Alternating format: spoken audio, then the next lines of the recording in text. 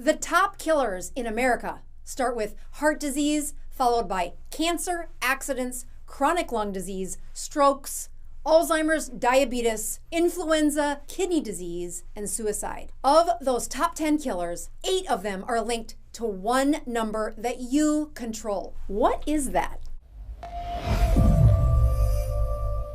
The answer to that starts within your bone marrow. Yep, deep within your bones, you make red blood cells. You mix cholesterol, fat, iron, and protein to make disc-shaped cells filled with these structures, globin. Millions of strings of globin partner with millions of heme units, those yellow cups. And now you add in molecules of iron and weave together a carrying basket for oxygen. Globin plus heme plus iron is hemoglobin. And these bundles pile within your red blood cells by the millions.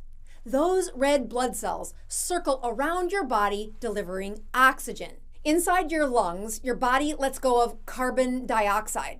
This gas diffuses into the serum part of your blood, or that liquid part of your blood. Oxygen is far too valuable. Without oxygen, each cell dies. So oxygen doesn't just diffuse into your serum like the carbon dioxide. It gets strapped into those hemoglobin units inside your red blood cells. That iron, heme, and globin locks molecules of oxygen into the seats, and a special delivery of oxygen is mandated. Their job is to ensure the commodity of oxygen gets to your tissues. Yes, tissues in need of oxygen. So tissues like your heart, your bones, muscles, brain, kidneys are all depending on those red blood cells to deliver oxygen for their survival. If your body is low on oxygen and your red blood cells run out of oxygen before their tissue gets the oxygen delivered, those cells die. The organ sacrifices a few cells so the rest of them can live. And this is where chronic disease shows up. So how are these 8 illnesses linked to this lesson? Well, there is an enemy in this process. We get to blame a molecule that is permeable to your red blood cells. The concentration of this molecule is the same inside the red blood cells as it is in your serum, that liquid part of the blood where carbon dioxide dissolves. So what is that magical molecule? It's glucose, or sugar. As glucose zips in and out of your red blood cells, a mistake can happen. If glucose gets too close to those iron-filled heme units, the glucose gets sucked into the iron like a pair of magnets. Splat. The glucose gets sucked into that seat. Splatting that seat with glucose is called glycation. Bear with me. Glycation is an irreversible, concentration-dependent reaction where glucose sticks to the cellular parts. In this case, it sticks to your hemoglobin. The higher the concentrations of glucose, the more likely it will splat your heme of the hemoglobin. But here's the clincher. Once that glucose clings to the iron, it's irreversible. It cannot be undone. It is stuck like gum to the bottom of your shoe. And the seat on that oxygen roller coaster is out of service for the lifetime of that red blood cell. Only the death of that red blood cell, also called recycling inside your spleen, can reset the seat to carry oxygen again. A newborn baby red blood cell just leaving the bone marrow offers hemoglobin seats to millions of oxygen molecules. This is for the efficient delivery to your tissues.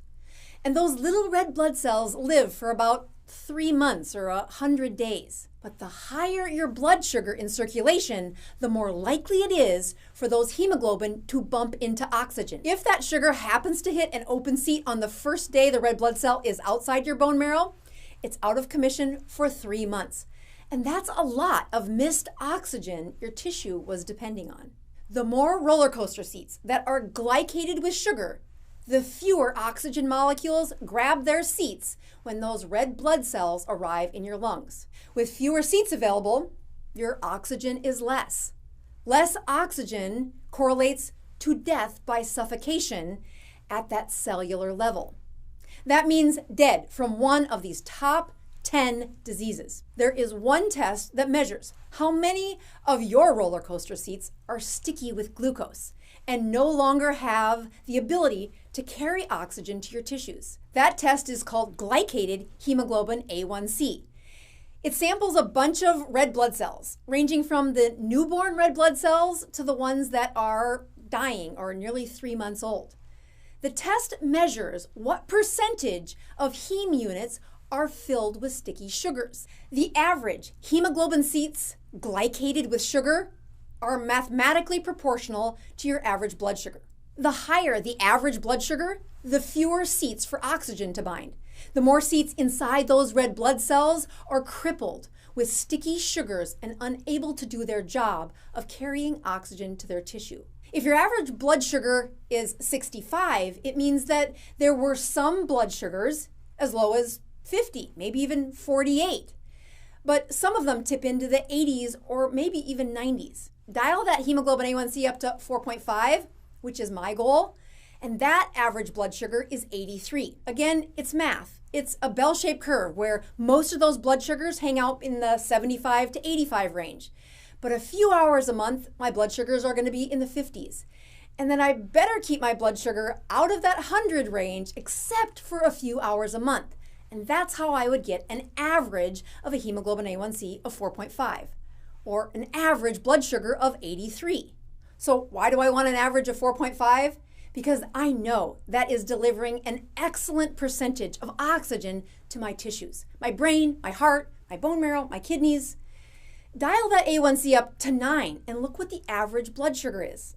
Now look at 10 and 11 and 12. Look at how many seats are sacrificed because yesterday you ate 5 times and each time you ate, it shot your blood sugar up. How quickly does it come back down? Well, that depends on other factors in your health, like how insulin resistant are you? In a really healthy person, it will be back down to normal at about 2 hours. But the truth is, most of us aren't healthy. The same problem happens when we eat really late at night and our sugars linger too high because of the other processes that are naturally happening that late. That list of deadly diseases has diabetes as number 7, but it should be number 1. The higher blood sugars stole your oxygen seats. And you might not have a diagnosis of diabetes, but it's those elevated blood sugars that are stealing from your heart, your brain, feeding your cancers, and glycating your hemoglobin. When you take away your body's ability to deliver oxygen to its end targets, your tissues, you are suffocating cells. You are inflaming those tissues, and you are increasing the risk for problems that lead you to my clinic. Stop that. Lower your A1C. Oh, you don't know how to do that? Oh, watch this video. I got you.